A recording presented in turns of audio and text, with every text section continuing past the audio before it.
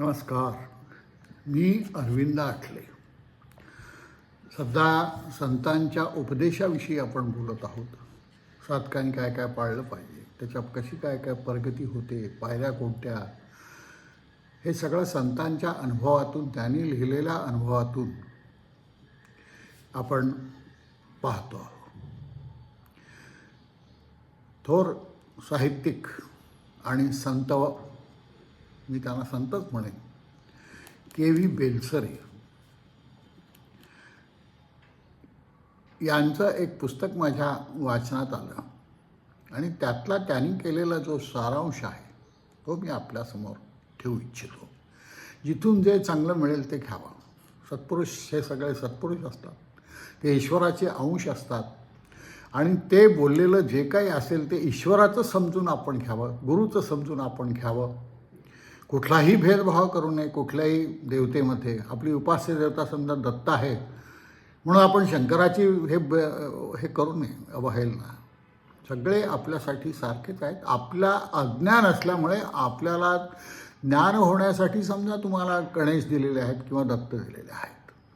ते झाल्यानंतर त्याचं ज्ञान जेव्हा तुम्हाला होईल तेव्हा हे सर्व एकच आहेत, देवता हे तुमच्या लक्षात येईल. याची स्वरूपं वेगवेगळी आहेत. उपासकाला हे समजलं पाहिजे. उपासकाने अत्यंत विशाल असं मन केलं पाहिजे.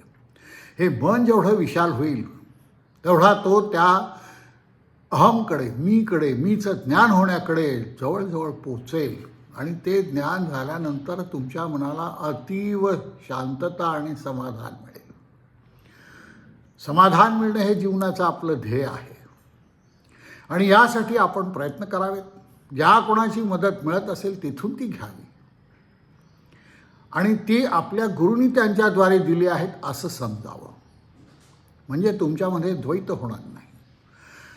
नाहीतर हे द्वैत जर झालं उत्पन्न तर फार त्रास होतो. द्वैत उत्पन्न होऊ नये. सगळे एक आहे हे लक्षात ठेवावं. आता अनुभवाने सिद्ध झालेलं ईश्वर दर्शनाचे साधन देणाऱ्या संताला सद्गुरू पदवी प्राप्त होते. वासना असणं आणि नसणं हे बद्ध आणि मुक्त यांच्यामधला प्रधान फरक आहे. बद्धानं साधकपणामध्ये पदार्पण केले म्हणजे त्याच्या वासना क्रमाक्रमानं बदलू लागतात. जुन्या वासना एकदम नाहीशा होतात असं समजू नये. वासना हे अत्यंत विलक्षण मनाचं सामर्थ्य आहे. कुठून ती कधी कुठून उफाळून येईल कुठली हे नाही सांगता येत. ईश्वराचं दर्शन हे जीवनाचं ध्येय जरी ठरलं असलं तरी इतर वासनांच्या बरोबरीने ईश्वरासंबंधी वासना अंतरी मूळ धरतात. हे आपल्या हातात आहे. सांसारिक वासना आणि ईश्वरासंबंधी वासना मनामध्ये बरोबर वास करतात. साधकाच्या जीवनामध्ये येथे एक आतील आणि सूक्ष्म असा संघर्ष चालू होतो. जुन्या म्हणजे सांसारिक वासनांची सवय झालेले मन नव्या म्हणजे ईश्वरासंबंधीच्या वासना सहज ग्रहण करीत नाही. साधकाचं मन पुन्हा पुन्हा संसाराकडे म्हणजे दृश्याकडे धाव घेतं. कितीही समजावलं तरी बाहेर धावण्याचा नाद सोडून ते आत ईश्वराच्या स्मरणात स्थिरावत नाही.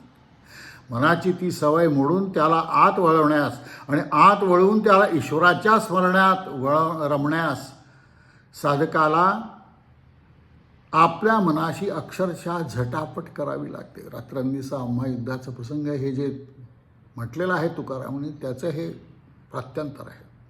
येथे एक गोष्ट मुद्दाम सांगणं आवश्यक आहे.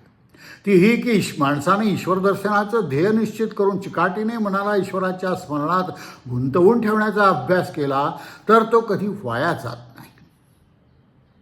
चिकाटीच्या अभ्यासाला सद्गुरूची शक्ती साथ देते. म्हणून साधकाच्या अभ्यासापुढे त्याचं मन अखेर हार खातं आणि त्याच्या मनाचा स्वभाव बदलतो. अशी माणसं तुम्ही समाजात बघितली असतील की उपासनेला लागल्यानंतर आमूलाग्र त्यांच्यात बदल झालेला आहे. अनेक उदाहरणं अशी आहेत. हळूहळू आपणहून ते ईश्वराच्या स्मरणात रस घेऊ लागतं आणि त्या रसाची चटक एकदा का मनाला लागली म्हणजे त्याचा विरोध मावळतो आणि तेथं साधक वयात आलं असं समजायला काही हरकत नाही. साधकाचं अंतर्याम ईश्वराच्या स्मरणानं भरू लागलं की त्याच्या सांसारिक वासना नकळत क्षीणबल होतात आणि त्यांची जागा ईश्वरविषयक वासना घेतात. साधक मनापासून असं मागतो की माझा देह आणि हे जग हे दोन्ही मला जितकं खरं वाटतात तितकाच ईश्वर मला खरा वाटू दे. देहसुखामध्ये माझं मन जसं रमतं तसं ईश्वराच्या स्मरणात रमू दे. ईश्वराची सत्ता माझ्यावर आणि सर्वांवर चालते याचा अनुभव, प्रत्यक्ष अनुभव मला येऊ दे. माझ्यातले दुर्गुण दयाला जाऊन माझं अंतःकरण दया, क्षमा, शांती, आर्जव, नम्रता इत्यादी गुणांनी संपन्न होऊ दे. कामक्रोध, लोभ, द्वेष, मदमोह, मत्सर यांचा मागमूस माझ्या अंतरी उरू नये. इतकंच नव्हे तर सर्व प्राणीमात्रांशी मी निर्वैर व्हावं. माझ्या मनातून पैशाची आणि मानाची किंमत शून्य व्हावी. माझ्या अंगी शुद्ध वैराग्याचं तेज यावं. माझं अंतर्याम ईश्वराच्या भक्तीने काठोकाठ भरून जावं. माझा मीपणा ईश्वराच्या चळणी बळी जावा. मी ईश्वराच्या मालकीचं यंत्र होऊन जगावं. ईश्वराचा आवेग माझ्यामध्ये व्हावा आणि मी बेभान होऊन जगावं. माझ्या अंतरी वसणाऱ्या ईश्वरी प्रेमाच्या प्रभावाने दुःखी दीन माणसांचं दुःख हरण व्हावं आणि अंतकाळ ईश्वराच्या स्मरणामध्ये मनस्थिर राहून मी शांतपणे देह ठेवावा. काय सुंदर एक आपण देहाला विसरून ईश्वराच्या स्मरणानं आत बाहेर भरून जावं. ईश्वर आपला प्रियतम व्हावा आणि प्रेमापायी आपला आपण जीव ईश्वराच्या चरणी अर्पण करावा. ईश्वराच्या चिंतनात रमल्यामुळे दिवस आणि रात्र यांचं भान उरू नये आणि दुःखी माणसाच्या जीवनात आनंद भरून टाकावा आणि ईश्वराच्या सान्निध्यात शांतपणे मृत्यू यावा. यापेक्षा काय अपेक्षा साधारण माणसाची असू शकते. साधकाच्या साधनाचा जसा जसा उत्कर्ष होतो तशी तशी त्याची ईश्वराबद्दलची संकल्पना आपोआप बदलत जाते. ईश्वराचे अनंत अपारपण त्याला साक्षात जाणवते. स्वतःच्या अंगी ईश्वराचं अस्तित्व त्याच्या प्रतीतीस येते. जगात सदैव घडामोडी चालतात, पण या सर्व घडामोडीमध्ये एक ईश्वराची सत्ता काम करते हे त्याला आतून जाणवते. जेथे जेथे त्या ईश्वराची समर्थ प्रेरणा काम करते ही जाणीव झाली की तूच आता मला हवा आहेस, ही एकमेव वासना त्याच्या अंतःकरणात शिल्लक राहते. देहसुखाचे आकर्षण तर जाऊच द्या, पण जगातील कोणतीही वस्तू त्याच्या मनाला भुरळ पाडू शकत नाही. साधन चालू राहण्याने आपल्याला ईश्वराचं दर्शन व्हावं या वासनेची पक्वावस्था येते. तुझ्या वाचून जगणे मला आता शक्य नाही अशी तळमळ खऱ्या साधकाला लागते. ईश्वराच्या दर्शनाची ही तळमळ भाग्यवान साधकांच्या वाट्याला येते. ईश्वर दर्शनाचा सूर्य उगवण्यापूर्वीचा तो दाट काळोख असतो. अध्यात्मातील चमत्कार असा आहे की साधकाला ईश्वर दर्शनाची तळमळ लागली की ईश्वराचं अंतःकरण म्हणजे विश्वमन खरोखर द्रवते. त्याला चैन पडत नाही. त्याची कृपा अवतरते आणि साधकाला ईश्वराचं साक्षात दर्शन घडतं. दर्शनाचा परिणाम देखील दृष्टीस पडतो. तो असा की आपलं जीवन आणि जगाचा व्यवहार त्या ईश्वराची शक्ती चालवते ही जिवंत जाणीव साधकामध्ये 24 तास पेटलेली राहते. त्यामुळे ईश्वर खरा करता आहे आणि आपण त्याच्या हातातले एक बाहुले आहोत हे भान साधकाला या सर्व अवस्थांमध्ये राहतं. ईश्वराचं निस्वार्थ प्रेम आपल्यावर आहे याची निसंशय खूण साधकाला मिळते. म्हणून त्याचं अंतर्याम प्रसन्नतेने भरून जातं. या प्रसन्नतेच्या प्रभावानं साधक दुःखी माणसाचं दुःख त्याला काही काळ तरी विसरायला लावतो. हाच त्याच्या मानव समाजावरील त्याचा मोठा उपकार आहे. जीवनात न मागता लहान मोठी सुखदुःखे वाट्याला येतात. ईश्वराच्या स्मरणात ती शांत आणि प्रसन्न मनाने कशी सोसावीत ही विद्या फक्त साधकापाशी शिकायला मिळते. बद्धावस्थेपासून सिद्धावस्थेपर्यंत सत्समागम अपरिहार्य आहे असं म्हटलं तर ते योग्य ठरेल. साधक ईश्वराच्या स्मरणाचा मार्ग चालत असतो. आपण जो मार्ग चालत आहोत तो ईश्वर दर्शनापर्यंत नेणारा अचूक मार्ग आहे अशी साधकाची खात्री समागमात होते. प्रत्येक साधकाची सांसारिक परिस्थिती एकाच प्रकारची असत नाही, पण कोणत्याही परिस्थितीमध्ये ईश्वराला मनाने घट्ट धरून आपलं साधन कसं सांभाळावं हे साधकाला समागमातच कळतं. म्हणून सत्समागम अत्यंत आवश्यक आहे. मानवी जीवनाची रचनाच अशी आहे की समागम 4 प्रकारांनी करता येतो. पहिला प्रकार संतांच्या अथवा सद्गुरूच्या अथवा भगवंताच्या चरित्रामध्ये अहोरात्र रंगून जाणं, संतांचं चरित्र मनापासून वाचणं किंवा एखाद्या साधकाखून ते श्रवण करणं हा समागमाचा सर्वमान्य मार्ग आहे. आपण जी सगळी पारायणं करतो वेगवेगळ्या पोथ्यांची, गजानन विजय असो, स्वामी समर्थ असो, ही सगळी त्यासाठी असतात. संतांची चरित्र त्यासाठी वाचतो आपण.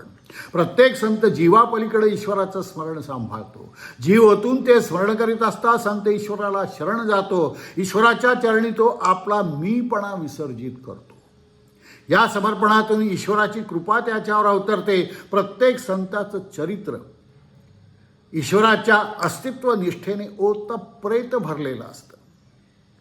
ईश्वराची सत्ता ही काय चीज आहे आणि ती लहान मोठ्या दृश्य घटनांमध्ये कशी पाहायला मिळते याचा पुरावा संत चरित्रांमध्ये मिळतो. म्हणून संतांची चरित्र वाचावी.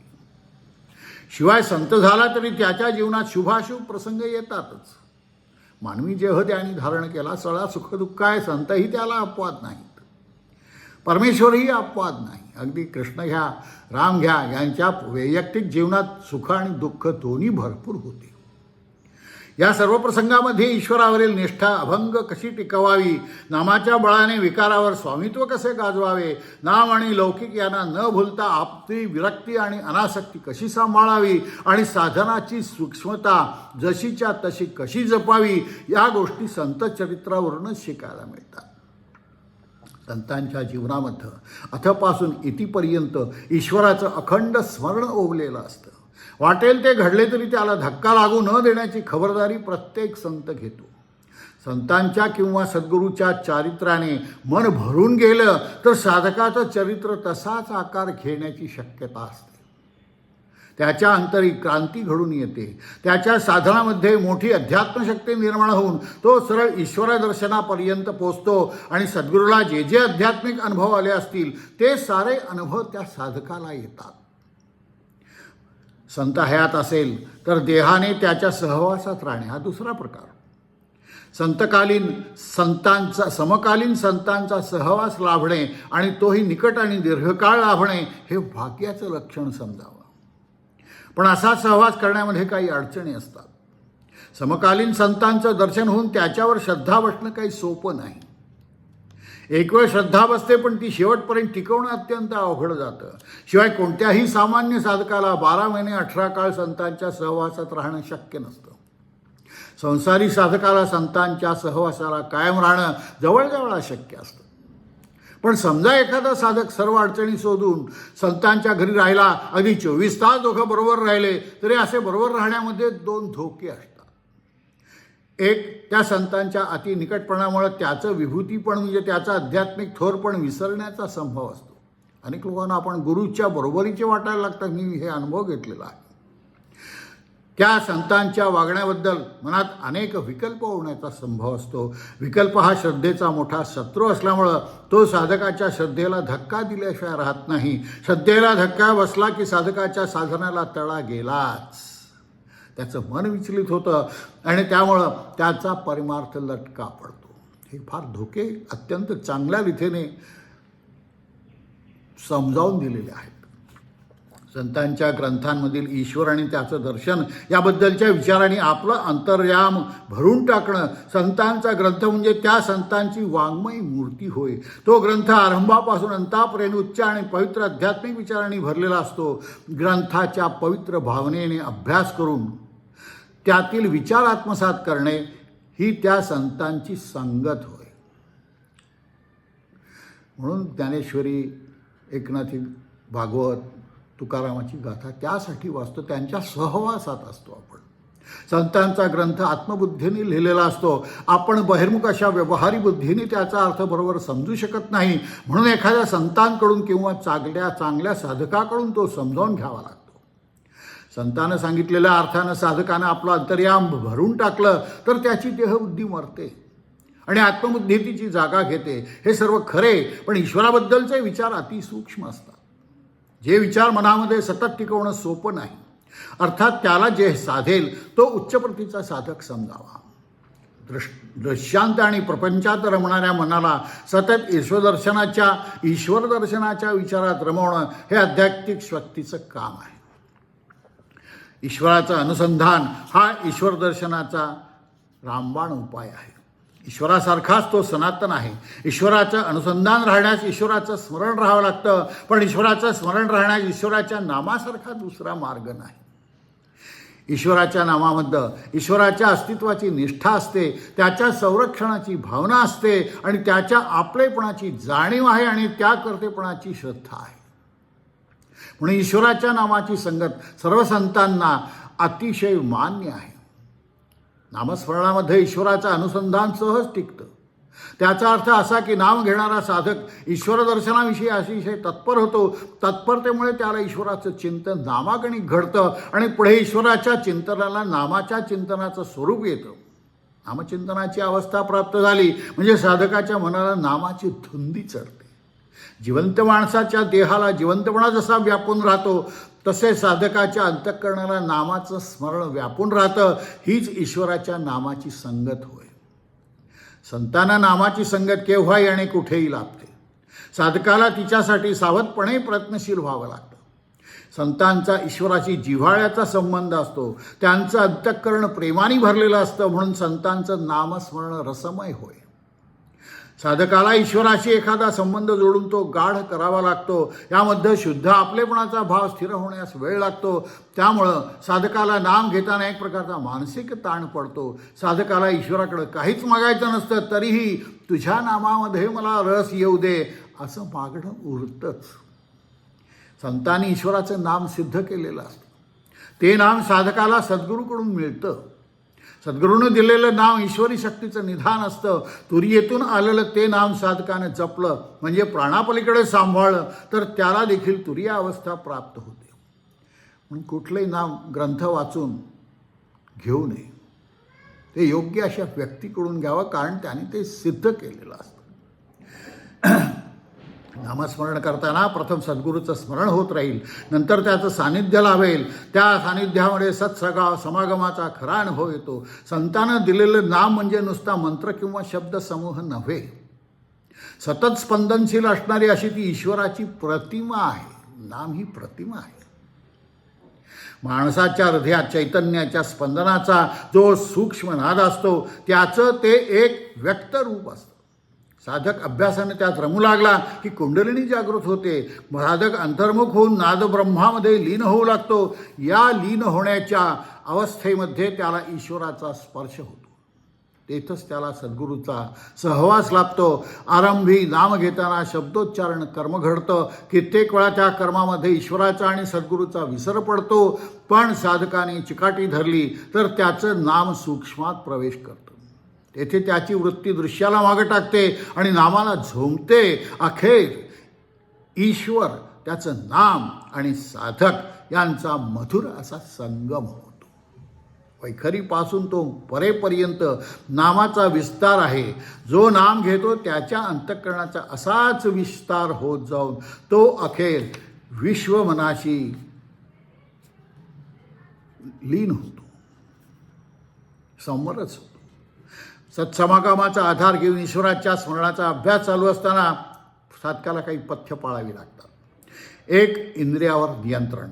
ज्या वस्तू, गोष्टी किंवा दृश्य पाहिली अथवा सेवन केली असता आपली वासना चढते त्या गोष्टी टाळणं साधकाला हितकर असतं. दिवसातून 5-10 मिनटं तरी डोळे झाकून बसावं. लोकांशी फार बोलू नये. दुसऱ्याची निंदा ऐकू नये आणि आपण करू नये. खाण्यावर ताबा असावा. आहार बेताचा आणि सात्विक असावा. 3-4 तास झोप घ्यावी. पोट साफ ठेवावं. रोज सोसेल तेवढा व्यायाम करावा. 2, साधकाला मौन आवश्यक आहे. मौना वाचून साधनामध्ये प्रगती होत नाही. मौनास 3 अंग आहेत. वैखरी वाणी बंद करणे, आत ईश्वराचं नाम चालणं आणि बोलण्याची वृत्तीच क्षीण होणे. जरूर नसलेले बोलूच नये. आपलं महत्त्व वाढवण्यासाठी किंवा ज्ञान दाखवण्यासाठी तर मुळीच बोलू नये. क्षुद्र स्वार्थ साधण्यासाठी बोलू नये. बोलण्यानं शक्ती खर्च होते. मौनानं आतमध्ये ती निशब्द शांतता अनुभवस येते. या शांततेमध्ये एक गूढ शक्ती असते. मौन आणि एकांत परस्परावलंबी आहेत. एकांत ही ईश्वर दर्शनाची प्रयोगशाळा आहे. आपण भूताकाशात दृश्य जगात वावरतो, जगतो. त्या जगाला विसरून मन रिकामं करून चित्ताकाशात संचार करायला एकांतासारखा उपाय नाही. मी असे अनेक वेळा महिने एकांतात राहिलो आहे की त्यावेळी अगदी मोबाईलसुद्धा नाही, कोणा माणसाशी बोलणं नाही, कोणा माणसाशी काही संबंध नाही. स्वतःचा स्वयंपाक स्वतः करणं आणि आपल्याला एका खोलीत कोंडून घेऊन मौन ठेवणं, ईश्वराचं सातत श्रवण करणं, असे प्रयोग मी महिनाभर अनेक वेळा केलेले आहेत. हृदयातील ईश्वरापासून उसळणाऱ्या शुद्ध स्फूर्तीचा आणि प्रेरणेचा अनुभव येण्यासाठी एकांताचं सेवन करावं. साधकानं घरातच एकांत सेवन करण्याचा प्रयत्न करावा. एकांतामध्ये नाम घ्यावं, ईश्वराची अथवा सद्गुरूची प्रार्थना करावी. साधकाला प्रार्थना आवश्यक आहे. कोणत्याही परिस्थितीत ईश्वराचा विसर पडू नये आणि सर्व जगाचं कल्याण व्हावं, या दोन गोष्टी प्रार्थनेमध्ये मागाव्यात. साधकाने अनेक ग्रंथ वाचण्यापेक्षा एकच ग्रंथ पुन्हा मनापासून वाचावा, एकच ओवी अनुभवावी. साधक जे ईश्वर स्मरण करतो त्याचं अंतिम फल शरणागती आहे. मीपणाचं संपूर्ण समर्पण हे शरणागतीचं चिन्ह होय. शरणागत साधकाचं मन न कळत ईश्वराची समरस होतं. साधक स्वतः ईश्वराचं जिवंत अथवा जागृत आश्रमस्थान बनतो. त्याचं जीवन म्हणजे ईश्वराच्या कृपेचा खेळ होतो. विश्वस्वामी जो ईश्वर, त्याच्याशी साक्षात परिचय करून घेणं हे साधकाचं ध्येय असतं. शरणागतीने ते साधतं. ईश्वराचं अस्तित्व, त्याचं सर्वगामी सामर्थ्य आणि अनिर्बंध करतेपण याची पदोपदी प्रचिती येणं हे साधकपणाचं ऐश्वर्य आहे. साधकाचं जीवन एका अलौकिक रम्यपणानं आणि स्वार्थशून्य सौंदर्यानं शोभित होतं. या सर्व गोष्टी आपण चरवण करा आत्मा. जेवढे तुम्ही मनाला ठासवाल तेवढी तुमची उपासनेमध्ये प्रगती होईल. आता ह्या पुढच्या भाषणांपासून अनेक संतांच्या आता बोधक अशा कथा आपण घेणार आहोत. अतिशय सुंदर अशा या कथा. साधकांचे गुण कसे वाढवावे, साधकाचे गुण काय व्हावेत, कशा प्रकारे असावेत, याचं उत्तम मार्गदर्शन या कथांमधून केलेलं आहे. या कथा आपण पुढच्या भाषणापासून ऐकूया. नमस्कार.